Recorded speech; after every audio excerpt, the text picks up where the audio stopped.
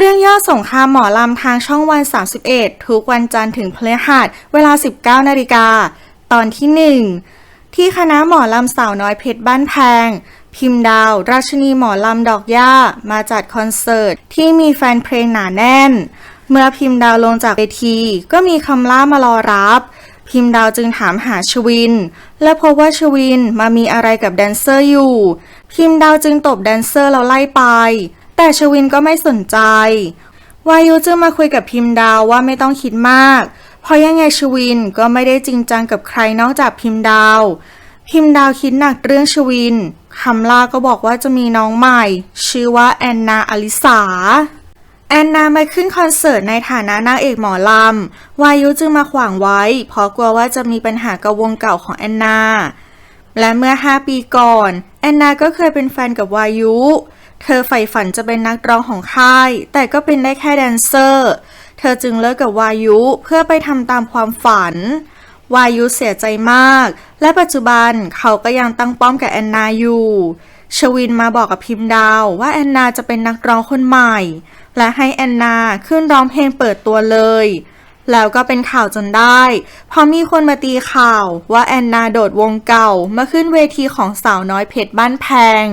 ชวินและพ่อดีใจที่มีงานเข้ามากมายหลังจากที่แอนนาขึ้นเวทีเพียงคืนเดียวแต่แม่ของชวินก็ห่วงความรู้สึกของพิมพ์ดาวกลัวว่าพิมพ์ดาวจะน้อยใจวายุไม่พอใจที่ชวินทำอะไรไม่ปรึกษาจึงทะเลาะกันจนแม่ต้องเข้ามาห้ามและชวินก็มาเยาะวายุเรื่องแอนนาที่เคยเป็นแฟนเก่าว่ายังไงเธอก็ไม่มีทางกลับมาหาวายุแน่นอนชวินมาบังคับให้พิมพ์ดาวไปงานแถลงข่าวเปิดตัวแอนนาแต่พิมพ์ดาวไม่อยากไปเพราะไม่อยากขายดราม่าเรื่องที่แอนนาจะมาแทนพิมพ์ดาวแต่สุดท้ายพิมพ์ดาวก็ต้องไปที่งานแถลงข่าวชวินกระตือรือร้นที่จะเปิดตัวแอนนาในฐานะนักร้องของค่ายส่วนวายุและพิมพ์ดาวก็กล่าวต้อนรับแอนนาเข้าวงแต่จู่ๆนบเจ้าของวงก้องฟ้าวาทศิลป์ก็เข้ามาประกาศว่าสัญญาของแอนนายังไม่หมดเหลือสัญญาอีก2 ปีแอนนาจึงแย้งว่าตามสัญญาของค่ายนบจะต้องทำเพลงให้ปีละ3 เพลงและมีเงินเดือนให้ทุกเดือนแต่ทางค่ายก็ไม่ทำตามสัญญาเธอจึงต้องการยกเลิกสัญญาแต่นบก็ไม่ยอมวายุจึงมาช่วยพูดให้ในฐานะหัวหน้าวงหมอลำสาวน้อยเพชรบ้านแพงสุดท้ายนบก็ยอมและกลับไปเมื่อจบงานพิมพ์ดาวก็เดินมาที่รถพบว่าชวินกำลังกอดจูบกับผู้หญิงเลยจะเข้าไปหาแต่พ่อครูมาห้ามไว้และบอกว่าอย่าทำเรื่องเล็กให้เป็นเรื่องใหญ่พิมพ์ดาวจึงเอาเรื่องนี้มาบอกกับวายุแม้จะไม่เห็นผู้หญิงแต่พิมพ์ดาวก็มั่นใจว่าเป็นแอนนาวายุจึงปลอบพิมพ์ดาวว่าสุดท้ายพวกเขาก็จะเลิกกันและยังไงเขาก็อยู่ข้างพิมพ์ดาวเสมอตอนที่2พ่อกับแม่ของชวินคุยกันว่าเขาสงสารชวินที่ไม่ได้อยู่ด้วยกันเพราะต้องส่งชวินไปอยู่ที่กรุงเทพเมื่อวงหมอลำใหญ่ขึ้นจึงเรียกตัวชวินกลับมาอยู่ด้วยกันพวกเขาจึงต้องการมอบความรักเพื่อชดเชยให้กับชวินโวยวายเข้ามาหาพ่อกับแม่เพราะไม่พอใจวายุที่หักหน้าเขาต่อหน้านักข่าวทำให้เขากลายเป็นหุ่นเชิดไม่มีอำนาจในวงพ่อครูจึงให้ชวินเป็นหัวหน้านักแสดงแทนพิมพ์ดาวแม่จะเตือนพ่อครูก็ไม่ฟังวายุจึงเตือนว่าไปเอานักร้องเขามาถ้าเขาฟ้องคงต้องเสียเงินเยอะมาก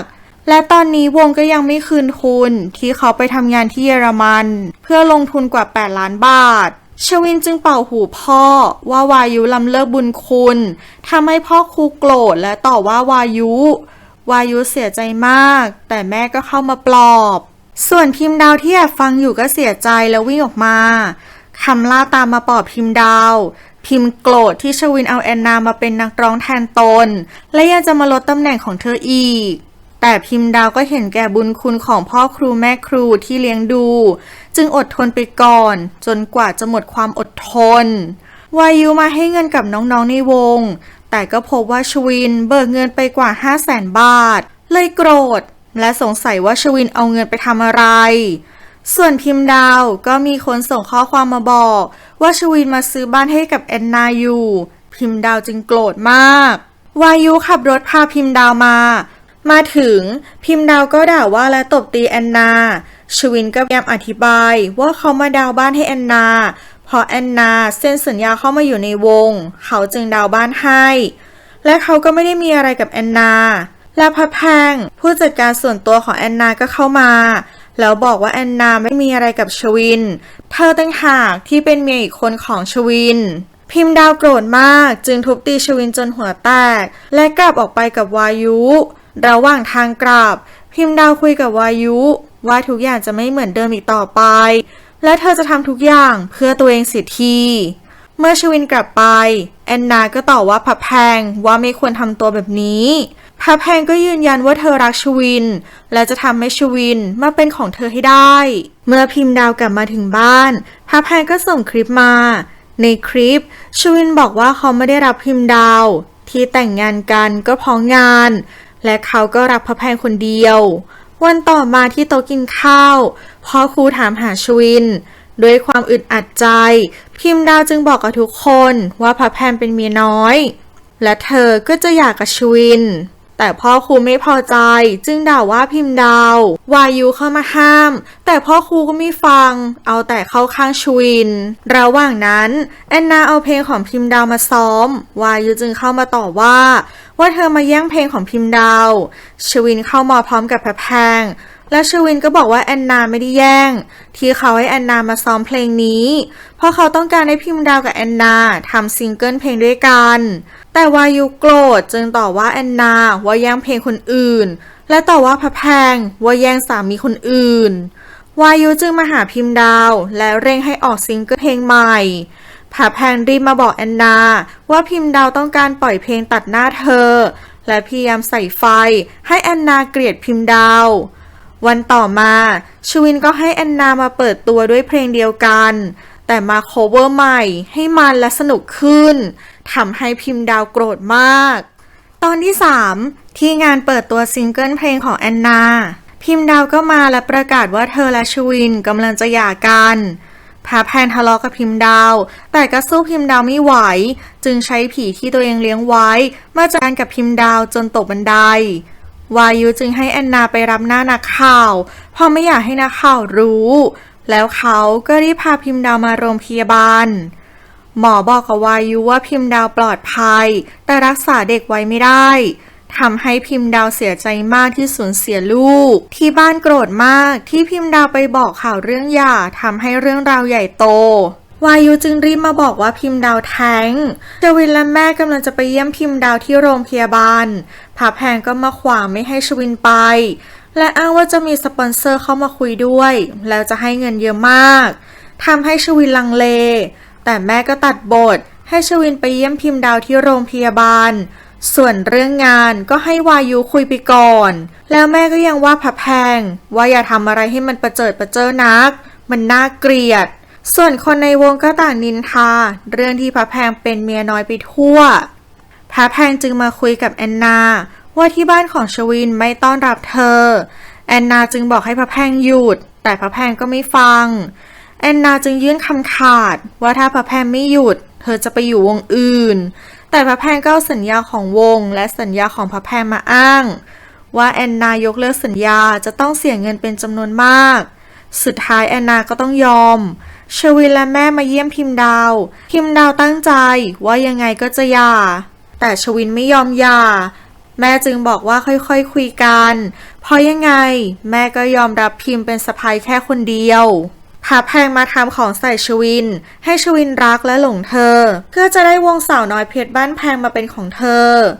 แท้จริงแล้วพระแพงเป็นลูกสาวของอาคมหุ้นส่วนในวงแต่พอวงดังพ่อครูก็เขี่ยพ่อของพระแพงออกพ่อของพระแพงเสียใจมากจึงยิงตัวตายพระแพงจึงสัญญากับตัวเองว่ายังไงเธอก็จะเอาวงสาวน้อยเพชรบ้านแพงมาเป็นของเธอให้ได้เธอจึงให้ทัศน์เอาคลิปไปปล่อยเพื่อทำลายชื่อเสียงพิมพ์ดาวเมื่อทัศน์เอาคลิปไปปล่อยทำให้เกิดเป็นข่าวใหญ่โตวายุจึงดึงแอนนามาคุยและกล่าวหาว่าเธอรวมหัวกับพระแพงแต่แอนนาก็บอกว่าเธอไม่รู้เรื่องของชวินและพระแพงและบอกให้วายุเอาเวลาไปแก้ข่าวดีกว่าที่จะมาหาเรื่องเธอ แพงมาเยี่ยมพิมพ์ดาวที่โรงพยาบาลและมาบอกข่าวเรื่องที่พิมพ์ดาวบุกไปตบตีแอนนาพอเข้าใจว่าแอนนาเป็นเมียน้อยกำลังเป็นข่าวดังในตอนนี้พระแพงมายุให้พิมพ์ดาวหย่ากับชวินแต่พิมพ์ดาวบอกว่าใบสมรสของเธอมีมูลค่าที่ต้องจ่ายถ้าอยากได้ชวินมากก็เอาเงินมาจ่ายเอาแต่ชวินก็เข้ามาซะก่อนพระแพงจึงแกล้งบอกว่าที่มาเยี่ยมเพราะห่วงเรื่องข่าวที่ออกมาชวินจึงมาบอกกับพิมพ์ดาวว่าเขาจะตั้งโต๊ะแถลงข่าวว่าเป็นเรื่องเข้าใจผิดแต่พิมพ์ดาวบอกว่าถ้าให้เธอแถลงข่าวเธอจะบอกกับทุกคนว่าพระแพงเป็นเมียน้อยทำให้ชวินโกรธมากตอนที่ 4แอนนากลับมาที่บ้านเห็นมือถือของพระแพงก็กดเข้าไปดูก็รู้ว่าพระแพงเป็นคนส่งคลิปฝากไปให้คนไปให้นักข่าวจึงแย่งมือถือจากพระแพงเพื่อไปแก้ข่าวแล้วมิกกี้ก็เข้ามาแล้วมาช่วยเคลียร์ให้พระแพงก็คอนเฟิร์มว่าเธอจะแก้ข่าวให้แอนนาจึงยอมวายุมาต่อว่าชวินจึงด่ากลับว่าเพราะวายุพาพิมพ์ดาวไปจึงทำให้เกิดเรื่องใหญ่วายุจึงจัดคอนเสิร์ตใหญ่และตั้งโต๊ะแถลงข่าวเลยทีเดียวพ่อครูและแม่ครูดูคลิปนักข่าวและต่อว่าพิมพ์ดาวผิดที่ทำเรื่องเล็กให้เป็นเรื่องใหญ่เอะอะก็จะหย่าแม่ครูช่วยพูดแต่พ่อครูก็ไม่ฟังคอนเสิร์ตเปิดผ้าม่านกั้นครั้งที่ 1มิกกี้พาบิลจีดมาเปิดตัวเป็นนักร้องคนใหม่แต่บิลจีดก็ไม่มีความเกรงใจแอนนาเลยระหว่างนั้นวายุก็เข้ามาแอบได้ยินเรื่องที่แอนนาคุยกับพระแพงเรื่องสัญญาจึงเอาเรื่องนี้มาถามแอนนาจึงบอกว่าเป็นเรื่องสัญญาโมเดลลิ่งและสัญญาวงหมอลำแต่แอนนาก็ยืนยันว่าเธอคุยกับพระแพงแค่เรื่องงานไม่รู้ไม่เห็นเรื่องอื่นด้วยแต่วายุก็ยังไม่ไว้ใจแอนนาอยู่ดีพิมพ์ดาวตัดสินใจออกจากบ้านวายุก็เข้าใจ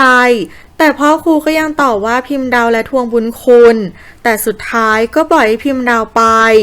เมื่อพิมพ์ดาวมาที่งานคอนเสิร์ตแอนนาก็เข้ามาบอกว่าเธอไม่รู้เรื่องพระแพงด้วยพิมพ์ดาวก็เข้าใจพอเรื่องมันเกิดขึ้นแล้วในงานแถลงข่าวแอนนายืนยันว่าเธอไม่ใช่เมียน้อยของชวินก็ยืนยันว่ายังไงเขาก็ไม่หย่าและจะตามง้อพิมพ์ดาวเองนักข่าวจึงจี้ถามว่าตกลงแล้วใครคือมือที่ 3แอนนาจึงโยนมาให้พระแพงตอบว่าใครเป็นมือที่ 3เพราะเธอจะไม่รับผิดในสิ่งที่เธอไม่ได้ก่อแน่นอนสุดท้ายพระแพงก็บอกกับนักข่าวว่าเธอคือเมียน้อยของชวินเองเมื่อเรื่องราวเป็นแบบนี้พิมพ์ดาวจึงประกาศกับทุกคนว่าเธอจะหย่ากับชวินจริงๆชวินไม่ยอมแต่วายุก็เข้ามาห้ามชวินไว้แต่พิมพ์ดาวก็ยังยืนยันว่าเธอจะหย่าและยืนยันว่าแอนนาไม่ใช่เมียน้อยของชวินและพิมพ์ดาวก็ประกาศกับทุกคนว่าเธอจะออกจากวงสาวน้อยเพชรบ้านแพงทำให้ชวินและพ่อครูโกรธมากพ่อครูมั่นใจว่าพิมพ์ดาวจะไปเป็นนักร้องที่วงอื่นแน่นอนแอนนามาต่อว่าพระแพงว่าถ้าเธอรู้ว่าพระแพงเป็นคนแบบนี้เธอจะไม่มีทางเซ็นสัญญาด้วยเด็ดขาดแต่พระแพงก็ไม่สนใจวายุก็เข้ามาต่อว่าแอนนาเลยท้าฉีกสัญญาและเธอจะไปจากวงนี้ทันทีวันรุ่งขึ้นพิมพ์ดาวก็เก็บเสื้อผ้าข้าวของออกจากบ้านชวินไม่ยอมจึงเข้ามาห้ามจนทะเลาะกับทำล่าชวินจึงบอกว่าถ้าจะไปก็ไปแต่ตัวเงินทองเขาจะไม่ให้